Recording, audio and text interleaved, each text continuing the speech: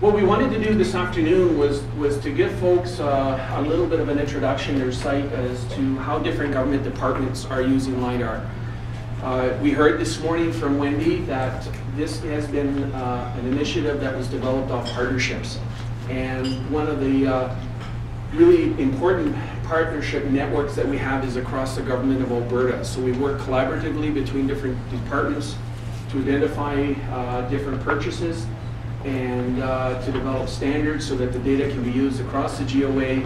And we are increasingly starting to share our resources, our innovation, and our problem-solving abilities. So this afternoon, we'll hear from 4 different agencies or departments about what some of the innovation is going on. Just to give you a little bit of a background of my employer, Alberta Sustainable Resource Development. Many of you have worked with our staff at one point in time, and our mission is simply to contribute to the provincial economy on the one hand, and on the other to sustain our natural resources as best we can. Sorry. We accomplish this through the application of leading practices in management, science, and stewardship, and we also try to take a leading role in developing many of these approaches and practices. Our ministry, as we heard this morning, recognizes the value of partnerships. We work collaboratively with Albertans to develop and implement policies, plans, strategies, and legislation to achieve the desired outcomes. Now, I always include this slide when I talk out of province because it's important to understand, and everybody here has fully realizes this, that the challenges that we face in land management in Alberta are so much more complicated than anywhere else in Canada. We've got so many different industry users, oil and gas, etc., forestry. We've got a population in Alberta that's ever increasing. We have a demand out there for recreation potential. And to make matters even worse, we have biotic factors coming into the province like mountain pine beetle. If we can even exaggerate this one step further, we know that many of these different pressures are only going to increase through time. And we also have the challenge, both within industry and government, that we have limited resources. We have to find simply better ways to do things faster and more effectively on the ground. And that's largely what my presentation here today will be about. There's 3 themes for this workshop. There are also some of the themes that govern much of what we do within SRD, specifically in terms of innovation front. We're always looking for opportunities to increase the efficiencies within the Government of Alberta. How do we do things better today than we were doing yesterday, and how do we do it cheaper? We are always on the look for opportunities to help industry become more competitive.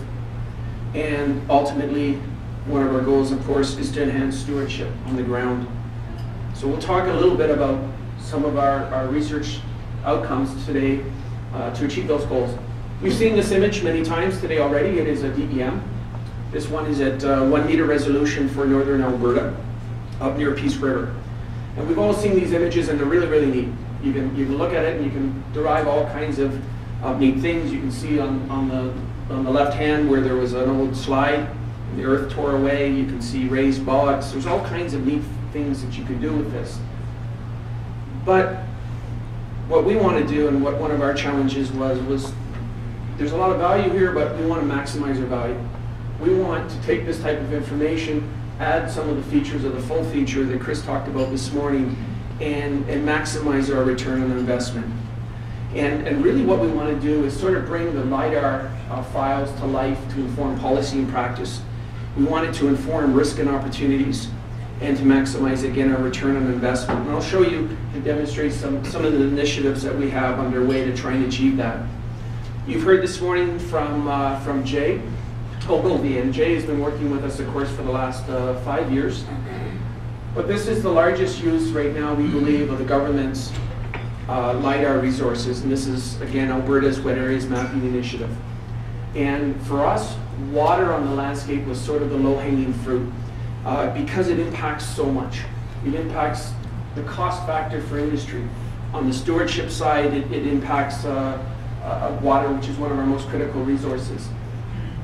So addressing this type of issue to understand where water is on the landscape and where it is not and put it in the hands of everyday Albertans was a significant priority, and it's one of the reasons that we've invested a significant amount of time and monies into this initiative.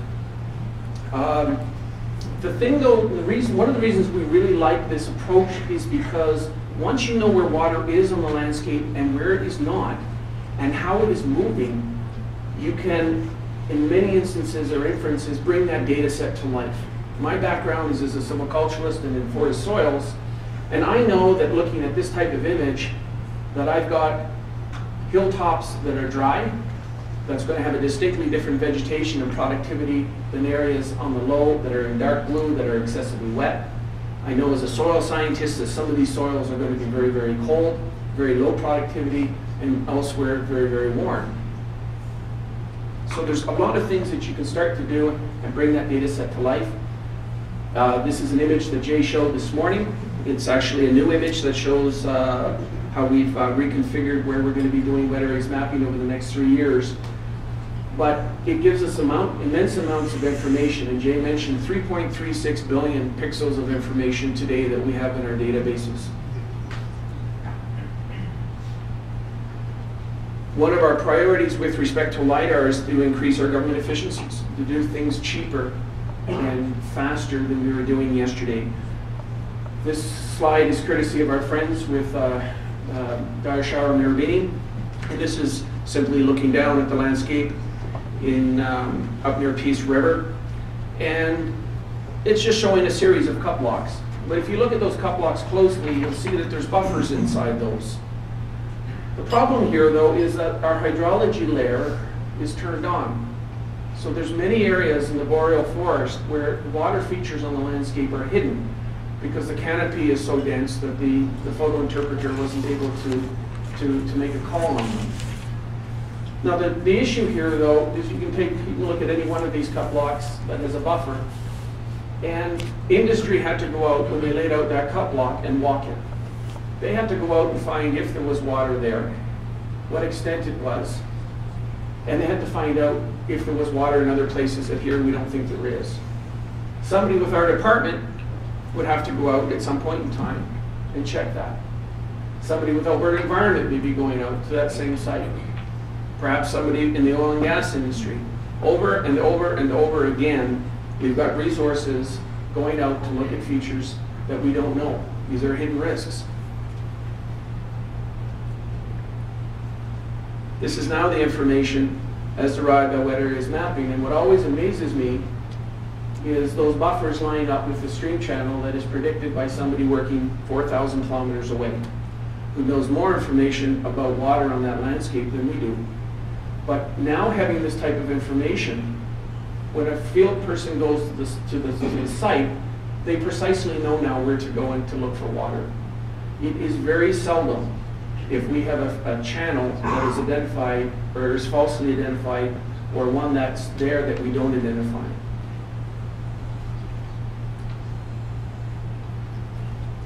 We'll go back one. For the government's perspective, if this is valuable too, because when we go to do our audits, we know and we can categorize what is high risk and low risk areas of the landscape. Now, one of the challenges that we have in science, and Keith mentioned before, a lot of my career was working with the Sustainable Forest Management Network, and I worked with universities across Canada, and one of the challenges that we had was to take innovation that was occurring in our universities and get it applied on the ground. And this was a really good example of, this is a snapshot from our mobile office initiative. So this is the type of information that we can put into the cab of the machine on the side of the road, and there's a stream channel.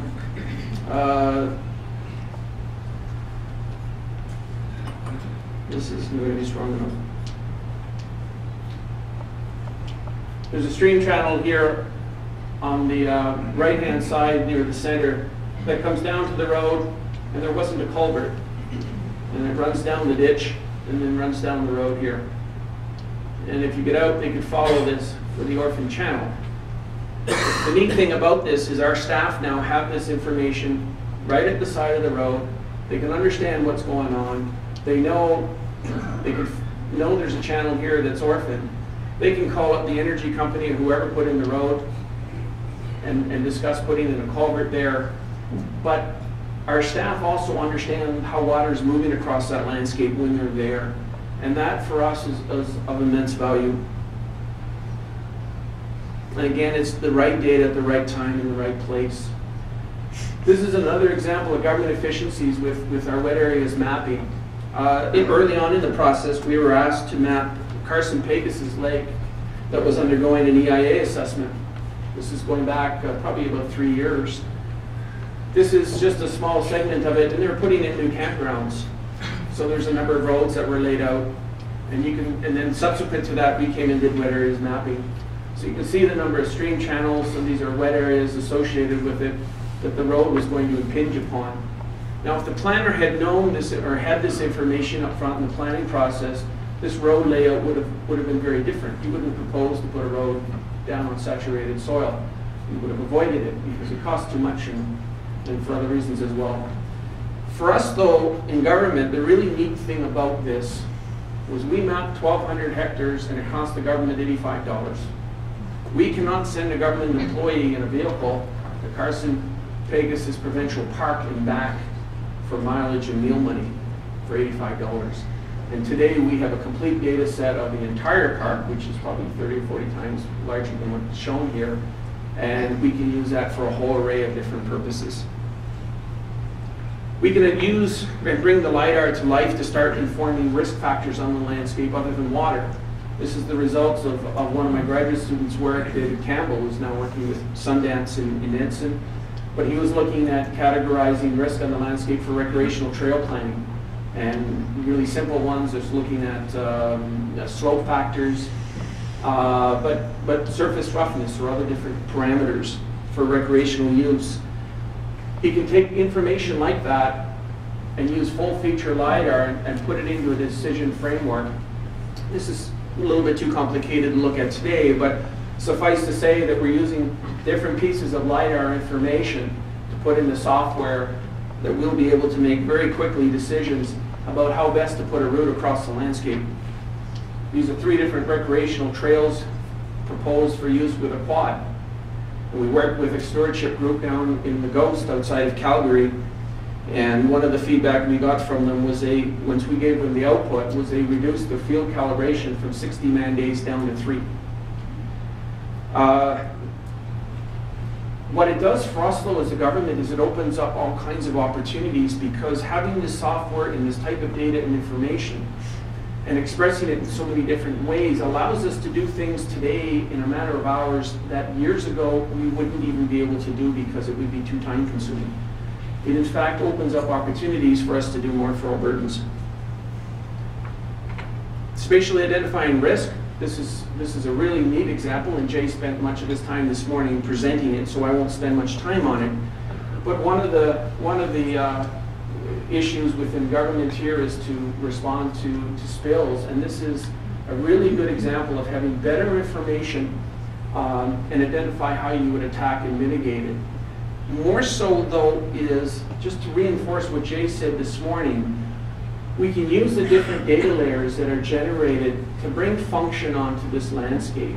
So we know that water is moving from this catchment area down through here. We know that it's moving in particular areas as channel flow. We know that we probably have diffusion here through soil solution across bridges. We know the magnitude of flow in one direction versus another. And again, it's a way of bringing that LiDAR image to functional life. One of the prime interests of our energy clients is to understand spatially differences in risk at the landscape level. So again, this is a slide that Jay showed this morning. I'll just mention again, these are 2 well sites. They're both on well-drained soils, well-drained sites. But one of the questions is fundamentally, do they have a different hydrological risk? If there is a spill of brackish water at this site, is it going to go in a different location, maybe go into a stream channel versus another one that goes into a tree bog? Does that make a difference in terms of site selection? So one of the things that our industry clients are really interested about is being able to better categorize what the risk is across the landscape and inform where they put their infrastructures.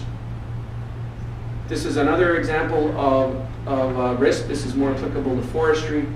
This is again David Campbell's master's work, and it's simply generating an index for susceptibility to rutting on the landscape. So the areas that are darkest blue would be very resistant. It would have high physical capacity to resist rutting, and areas on the landscape, which is the darkest red, would be the most susceptible to rutting. And again, this is the type of information that you can put into various planning process, particularly for recreational management.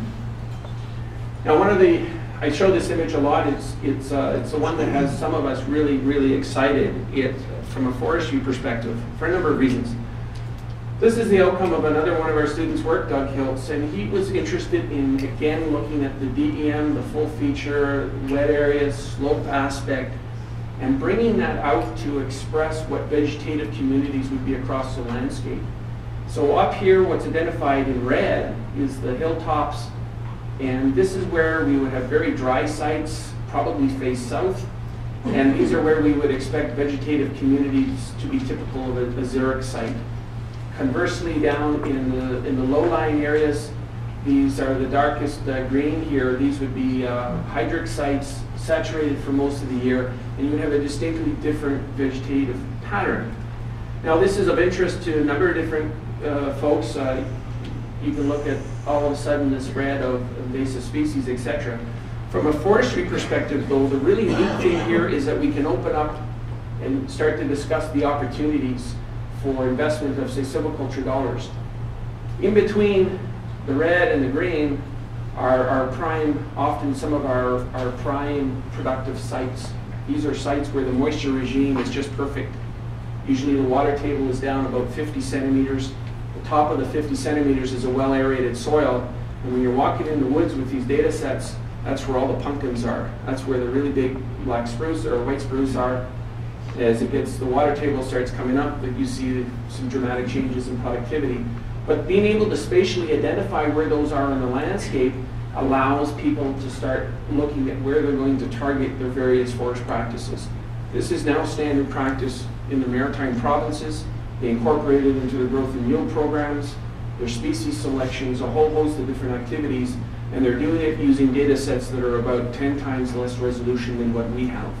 So we've put a lot of emphasis on this type of creation or this type of data creation because of the opportunities in moving forward, because we know where not to invest money and where to invest it. We are just starting to look at using LiDAR, combining it with wet areas mapping for reclamation research. And this is a new project at the University of Alberta that will be starting in about another month. And in the middle here, you're looking at simply down at the forest, and you're seeing the trees, and there's a road where there's mapping layer is turned on here for just the really wet areas. And it's hard to see, but there's a seismic line that's going through this top. And what one of the students did is he took a cross section. The green is the first return of the LiDAR for the canopy heights. The red is the DEM that was generated. The blue line is the depth of the water. And one of the questions we have is to go back out and reclaim those are very expensive. So where should we target our money? Where is an intervention in silviculture going to give me a positive return on my investment? Where am I going to get the bang for my buck that if I plant trees and do site prep, they're going to do really well versus an area where they're just going to sit there? We believe that these are cold, wet soils right here. Water table is close to the surface. In the absence of fire, it's going to remain cold, and that's why it's not coming back. The student looked at another line just 10 meters off. In the native forest, you sort of still see this trend in the areas like here, where the native forest wasn't doing very well, but in the regenerated one, it's not even coming back at all. So it's taking this type of information, the water information, the DEM, the full feature, and trying to maximize as much value as you can, and relating it to, from a forestry perspective, to forest soils, understanding how energy is moving across that landscape, and trying to use that type of information to make business decisions. So really much of our effort over the last number of years is, again, to derive the maximum value. And we have to remember at the end of the day that what we really want to do is empower Albertans, essentially, to be better stewards. Just some concluding thoughts in moving forward. Despite everything we heard today, we have to always remain a little bit cautious. And we have to be mindful that sometimes more can be worse. I have to put a big qualifier around that today. But we need to avoid becoming needlessly complex and remind ourselves that there's typically no substitute for local knowledge and expertise. So we have to be careful that we don't try and sell LiDAR within the Government of Alberta to say that we can do everything remotely. These types of technologies are developed to assist our field staff to make best decisions locally. The other thing that we have to be mindful of is that, as we heard from Phil this morning, we have incredible amounts of data. It's great data, but we've got huge volumes of data coming in. And we're seeing down the road that there's going to be ways to better manage it through the GIS tools that are coming. But we have to put some emphasis on trying to make this data more simple through some of the products that we're developing so that it can be used more effectively. We have to remember what is simple and standardized is hugely more productive and cost effective. And again, the simplification of the LiDAR data sets is the goal as we move forward. We must continue to build partnerships. Everything we've done today, as I've mentioned, is on following the partnership approach. To invest in innovation that is tied directly to the strategic needs of both the GOA and all Albertans. And innovation is going to be key to maximizing the value of the tremendous amount of money that we've invested in LiDAR to date. And the last theme is today is only the beginning. This LiDAR workshop was organized to sort of regenerate the interest out there in LiDAR, get people thinking about it and exploring new ways to apply it. I'm convinced that this is going to be the norm of business in our department and other departments and within our industries in Alberta. And I think you'll hear over the next couple of days that, particularly from some of the speakers from out of province, that we really do have a golden opportunity in front of us. Our challenge is to apply it, to build on it, and to maximize the opportunities. Thank you very much.